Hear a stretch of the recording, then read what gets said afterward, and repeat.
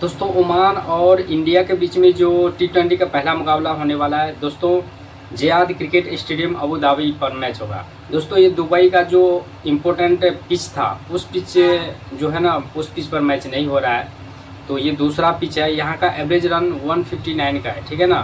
तो दोस्तों जो पिच रिपोर्ट है देखा जाए तो उतना खास इम्पोर्टेंट पिच नहीं है, लेकिन फिर भी इसमें 2-3 लॉजिक ऐसे बताऊंगा जिससे आप जीएल विन कर सकते हो। तो वीडियो अच्छा लगे तो लाइक कर देना, क्योंकि आपका एक लाइक से मुझे बहुत ही मोटिवेट मिलता है। जो भाई नहीं हो फेसबुक पे फॉलो कर लेना, यूट्यूब देखो सब्सक्राइब कर लेना। अच्छे से समझो, एक एक प्लेयर के बारे में बता रहा हूँ। दोस्तों सबसे पहले ओमान का जो प्लेयर है, पहले ये समझो ओमान और इंडिया के बीच में दोस्तों कंपैरिजन अगर करोगे तो आपको सबको पता है कि इंडिया बहुत ही मजबूत टीम है और ओमान क्या है, एक छोटी टीम है। हो सकता है दोस्तों ओमान को एक भी प्लेयर, मुश्किल से एक ही कोई चलेगा 30-32 रन बनाएगा, बाकी सारा बैट्समैन फ्लॉप हो जाएगा, ये सोचते हुए टीम बनाना। समझ गए। अब आपको मैं समझा रहा हूँ बारी बारी से, ठीक है ना। प्लेयर स्टैट्स, ठीक दोस्तों। बी शुक्ला, इसके बारे में अगर बात करूँ दोस्तों, ये जो प्लेयर है इसको आप कब लोगे, आप इसको अगर लेना चाहते हो तो दोस्तों फर्स्ट बैटिंग में लेना, सेकंड में इसको ड्रॉप मार देना, ठीक है ना। अब संजू सैमसन की बात करें दोस्तों, ये ऐसा प्लेयर है 45% सिलेक्शन है। जिस दिन टॉप ऑर्डर चला जाएगा याद रखना उस दिन ये कमाल करेगा, समझ गए। लेकिन टॉप ऑर्डर इतना महत्वपूर्ण है, इतना तगड़ा प्लेयर है जो वही सारा रन को चेस करेगा और वही अच्छा भूमिका निभाएगा। तो दोस्तों इसकी बैटिंग नहीं आ सकता है। कब नहीं आएगी, सेकेंड इनिंग में।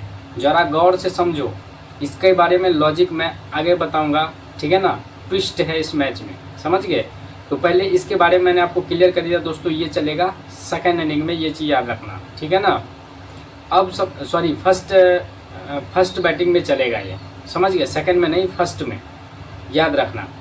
अब यहाँ से जय सिंह की बात करें दोस्तों, 30% सिलेक्शन है। इन दोनों में से मैं आपको अगर बता दूं तो ओमान अगर पहले बैटिंग करे तो सिर्फ 2 बैट्समैन को लेना, एक में 3 ले लेना, लेकिन रेयर केस में 2 ही चलेगा, इससे ज़्यादा नहीं चलेगा, ठीक है ना। तो उसके जो पहला विकेट कीपर था वो, और जय सिंह दूसरा, ये इंडिया का प्लेयर है, इसको ले सकते हो, कोई दिक्कत नहीं। अब सूर्य कुमार यादव की बात करें दोस्तों, ये बंदा ऐसा है ना, इसको दोनों कंडीशन में लेके चलना, इसको मत छोड़ना, ठीक है ना। गिल पिछले मैच में आउट हो गया, लेकिन इस मैच में लेके चलना, ठीक। अब गिल की अगर बात करें दोस्तों, ये ओपनिंग करता है, इसको तो छोड़ना ही नहीं, इंपॉर्टेंट रहेगा। और बाकी तिलक वर्मा की बात करें दोस्तों, तिलक वर्मा कब चलेगा मालूम है, ये चलेगा फर्स्ट बैटिंग में, ठीक है ना। फर्स्ट बैटिंग में तिलक वर्मा और संजू सैमसन के बारे में मैं बता रहा हूँ। ये 2 पंत प्लेयर है फर्स्ट बैटिंग में, इसको ट्राई कर लेना, इन दोनों को, क्लियर है। अब यहाँ से समझो और कोई प्लेयर है, बस ओमान का कोई नहीं। अब ऑलराउंडर की बात करें दोस्तों, हार्दिक पांड्या, इसको दोनों कंडीशन में रखना, क्योंकि ये बॉलिंग बैटिंग दोनों करता है, इंपॉर्टेंट रहेगा। अक्षर पटेल को भी दोनों कंडीशन में, इसको मत छोड़ना, दोनों को लेके ही चलना, ठीक। अभिषेक को, इसको दोस्तों दोनों कंडीशन में लेके चलना, लेकिन ये फ्लॉप हो सकता है। कब होगा मैं आपको बता रहा हूँ दोस्तों, ये फर्स्ट बैटिंग में फ्लॉप होगा, सेकंड में नहीं होगा, समझ गए। सेकंड में भी हो सकता है, लेकिन मैं दोनों बात बोलूँगा, सेकंड में एक में नहीं होगा, एक में होगा। वो लॉजिक मैं अभी आपको बता रहा हूँ, ज़रा गौर से समझो। देखो दोस्तों होगा क्या कि पहले बैटिंग करते ओमान का बैट्समैन जो है ना कम रन बनाएगा। अगर मान के चलो 100 रन बना दे या 50-60 रन पे ऑल आउट हो गया, तो सेकेंड इनिंग में क्या होगा दोस्तों, ओपनिंग करता अभिषेक शर्मा और सुमन गिल, ये दोनों सारा रन को चेस कर लेगा, इतना पोटेंशियल प्लेयर है। अगर 120-30 रन भी बना दिया ना, तो अभिषेक और सुमन गिल ये दोनों सारा रन को चेस कर लेगा। उस कंडीशन में सुमन गिल और अभिषेक शर्मा को सीबीसी बना लेना, क्लियर है।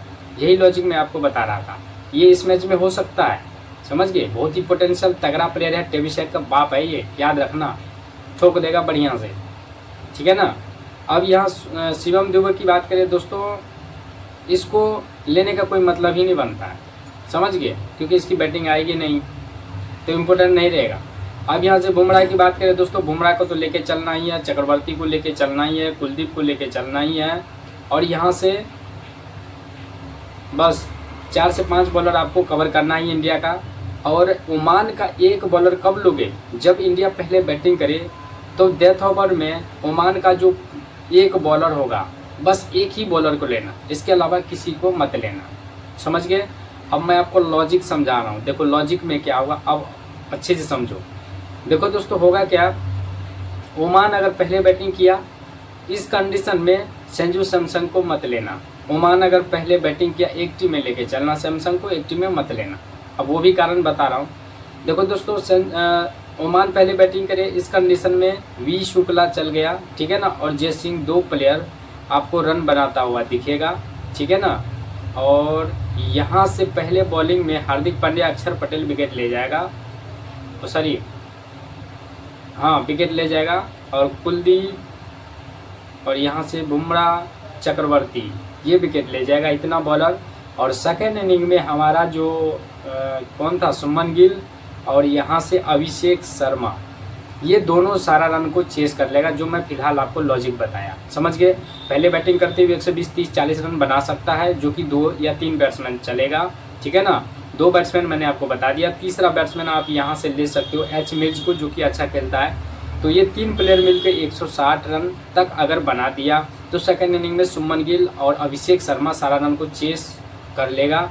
और यहाँ से एक बॉलर आप किसी को उठा सकते हो यहाँ से, ठीक है ना।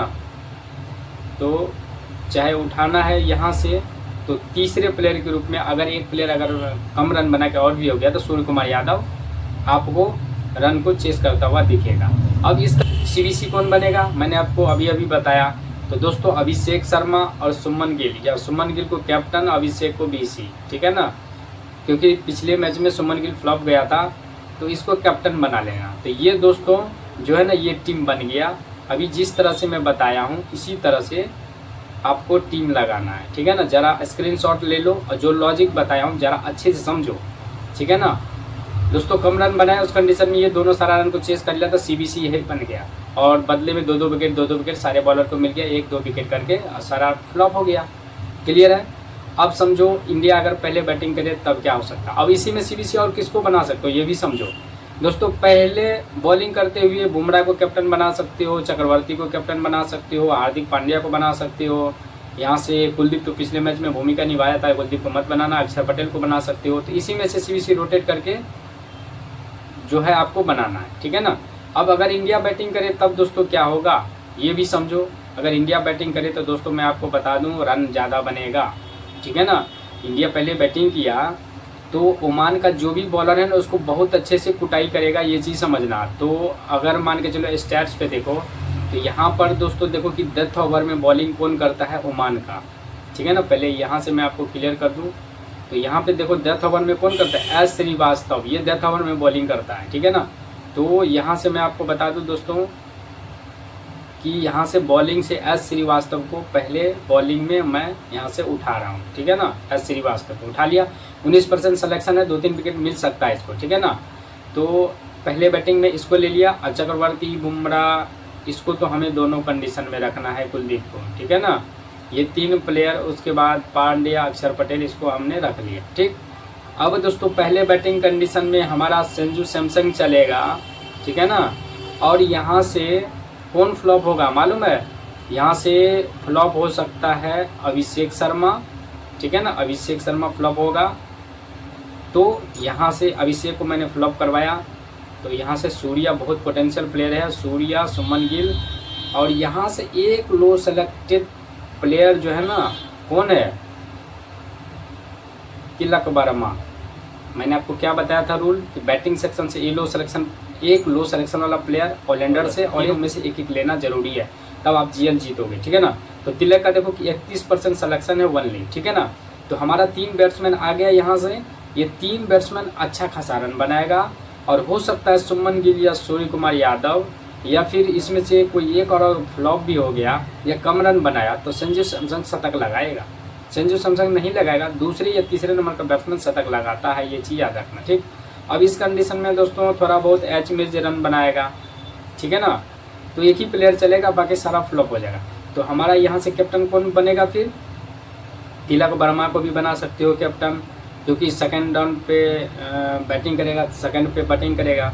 तो यहाँ से तिलक वर्मा या सुमन गिल को बना सकते हो कैप्टन, ठीक है ना।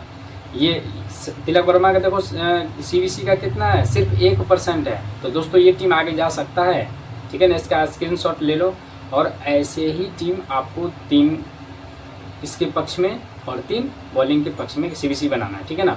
अब यहाँ से देखो हमने पहले बैटिंग करते हुए ये सब रन आपको बनाता हुआ दिखेगा, ठीक है ना। अब इसी में आपको पहले बैटिंग में दोस्तों सूर्या को कैप्टन, सुमन गिल को बीसी, 3 टीम ऐसे आपको बनाना है, समझ गए। और 3 टीम कैसे बनाओगे, 3 टीम जो मैं आपको बॉलिंग में बताता, बुमराह, कुलदीप, चक्रवर्ती और यहाँ से पांड्या, ठीक है ना। ऐसे आपको सीबीसी रोटेट करना, बाकी प्लेयर सेम रहेगा। क्लियर है, यहाँ तक समझ में आ गया। अगर समझ में आ गया तो लाइक कर देना और आपका जो भी सवाल होगा कमेंट करना, ताकि मैं आपको और अच्छे से समझा पाऊँगा, ताकि पूरी तरीके से क्लियर करूँगा, समझ गए। आप लोग कमेंट नहीं करोगे तो भाई हमें कैसे पता चलेगा आप लोग को समझ में आ रहा है या नहीं आ रहा है, समझ गए। तो इसलिए कह रहा हूँ कमेंट करो।